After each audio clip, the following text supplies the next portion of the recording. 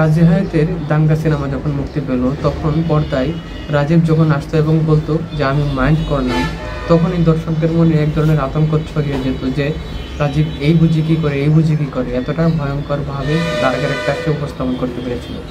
বলছি যে রাজীব বাংলাদেশের খল অভিনেতা হিসেবে একজন জনপ্রিয় অভিনেতা, যে প্রায় 2 শতাধিক সিনেমাতে অভিনয় করেছে।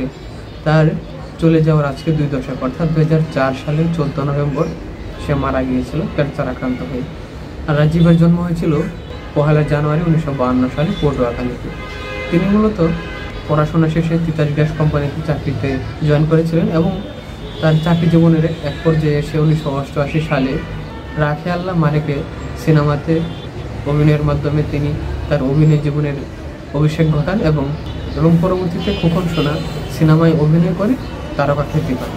এবং তিনি এই 2 শতক সিনেমাতে প্রায় ভালো মন্দ, নায়ক, ভিলেন বিভিন্ন ধরনের ক্যারেক্টার করেছিলেন এবং বেশিরভাগ ক্যারেক্টারই মানুষের মনে গেঁথে গিয়েছিল। আপনারা যদি এই দাঙ্গা ছাড়াও দেখেন আব্বাজান অথবা ভাত দিন, এই ধরনের অনেক সিনেমা রয়েছে যেগুলোতে সে খুব প্রভাবশালী ক্যারেক্টার করেছেন, যেগুলো মানুষের মধ্যে প্রভাব বিস্তার করেছে এইরকম ক্যারেক্টার। এবং সে ভালো অভিনেতা হোক বা খল চরিত্র হোক বা পজিটিভ ক্যারেক্টার হোক, সব ক্যারেক্টারই মানুষের মধ্যে প্রভাব ফেলতে পারতেন। এতটা শক্তিশালী এবং বর্ষীয় অভিনেতা ছিলেন। রাজীবের পুরো নাম হচ্ছে ওয়াসিমুল বারী রাজীব।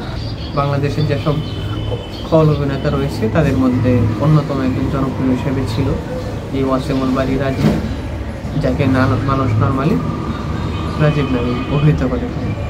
আর রাজীব যখন 2004 সালে হাসপাতালে ক্যান্সারের সাথে লড়াই করছিল তখন তাকে মির্জা আহমেদ, ইলিয়াস খান জন এমন বেশ কয়েকজন অভিনেতা তাদেরকে দেখতে গিয়েছিল।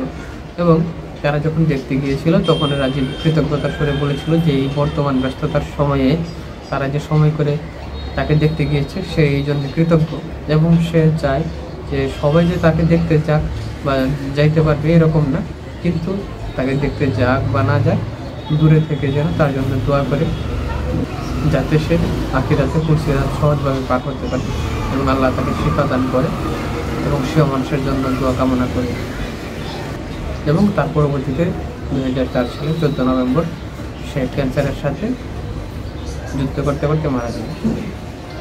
আজ তার চলে যাওয়ার 2 যুগ পার হল। সবাইকে ধন্যবাদ।